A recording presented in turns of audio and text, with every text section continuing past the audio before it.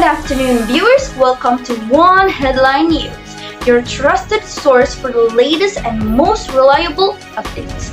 I'm Ratu Alia, bringing you today's top stories with in-depth coverage and expert analysis.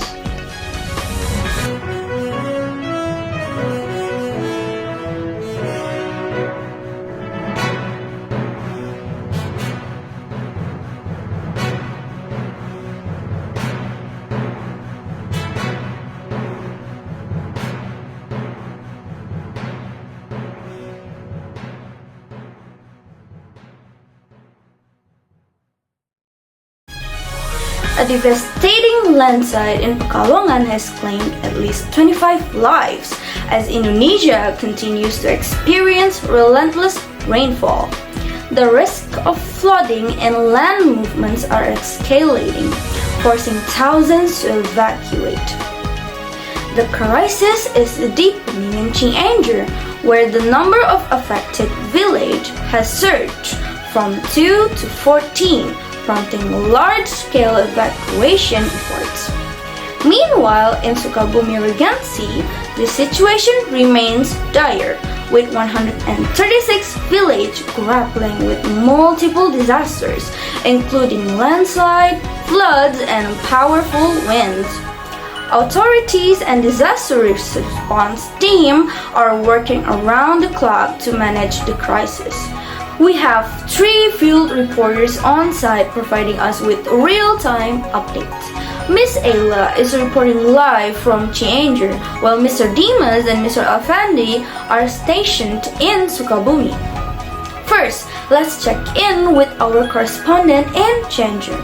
Miss Ayla, given the ongoing heavy rainfall, what is the current update from the ground? Thank you, Ms. Alia. I am reporting live from Cianjur, where the impact of this disaster is intensifying by the hour. Since early this morning, precision-like rainfall has kept the village of Ciwaru early quit. It is crucial to report that the land movement here continues to expand, initially affecting on 2 villages, Margasari and Sukaraja. It has now enforced 12 more, bringing the total to 14 villages under serious threat. Rescue teams are making painstaking efforts to search for stranded residents in remote areas yet to be reached. Authorities are actively establishing evacuation shelters in several locations, such as village halls and community health centers, to accommodate displaced families. Residents are permitted to check on their homes and retrieve belongings in the morning, but authorities strongly urge those living in at-risk areas to relocation to the shelters whenever rain begins, whether during the day or night.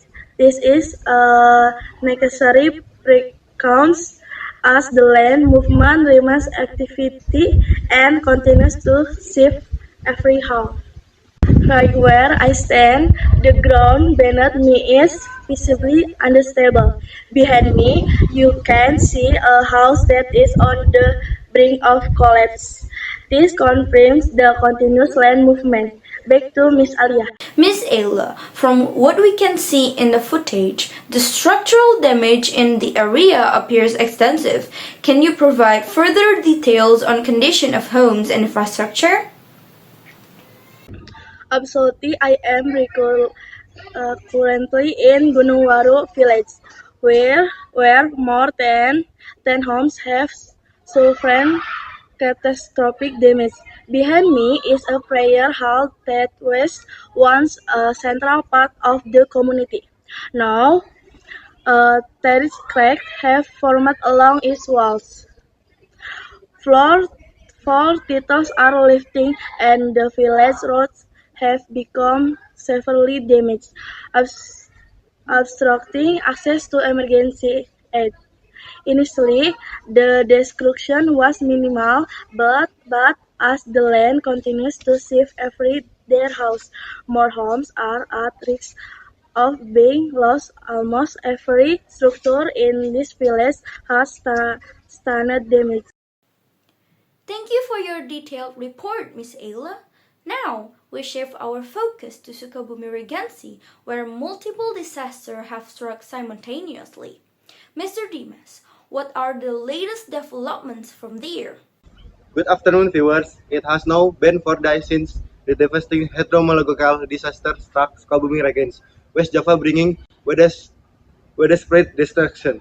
I'm currently reporting from the Sagres area, one of the worst affected locations. As we speak, many residents have returned to their homes to clear debris, recover personal belongings, and assess the damage. Behind me, you can see volunteer police and local residents working tirelessly to clean up the area. Many families are suffering what remains of their home, waiting to for outreach. A critical issue here has been the distribution of emergency assistance. What we speak to the residents. Thai governmental logistical support has arriving from Sukabumi district. Emergency kitchen have also been set up to provide food, allowing affected families to access meals without working to rebuild their lives. Thank you, Mr. Dimas. Now, we turn to our other correspondent in Sukabumi, Mr. Alfandi, who has additional information on the scale of disaster. Mr. Alfandi, can you update us on the latest figures and relief efforts? Certainly, Ms. Alia, the situation in Sukabumi remains critical. According to data from the Regional Disaster Management Agency, BPBD, the disaster has impacted 136 villages and 38 sub-districts. In total, the disaster record in Sukabumi include 123 landslide points, 72 flood points, 21 strong wind points, and 75 land movement points. As for casualty, a total of 5 people have died, while 4 others are still missing. BPBD of Sukabumi Regency has recorded that 1,487 households or 3,497 people have been affected by the flood, landslide, and land movement. Additionally, 1,400 people have been displaced, and 312 households or 570 people are in life-threatening condition. At the moment, cleanup efforts are in full force, with support from local authority, volunteer, and the military. As you can see behind me, many residents remain unable to return to their home due to structural damage and thick mud deposit. Relief efforts are expected to intensify over the coming days, as authorities work to restore essential service and provide additional resources to those in need. Back to you, Alia. Thank you, Mr. Afendi and Mr. Dimas, for your comprehensive reports from Sukabumi, and Ms. Ayla for your detailed coverage from Cianjur. Your insights have been invaluable in helping us understand the depth of this crisis. Please continue to stay safe as you bring us updates from the field. Viewers, as Indonesia faces another wave of natural disasters, the importance of emergency preparedness and coordinate relief efforts cannot be overstated. Authorities urge residents in affected areas to remain vigilant and prioritize safety. This concludes today's edition of One Headline News. I am Ratalia alongside with our entire reporting team signing off. Stay informed, stay safe, and we will see you next time. Good afternoon.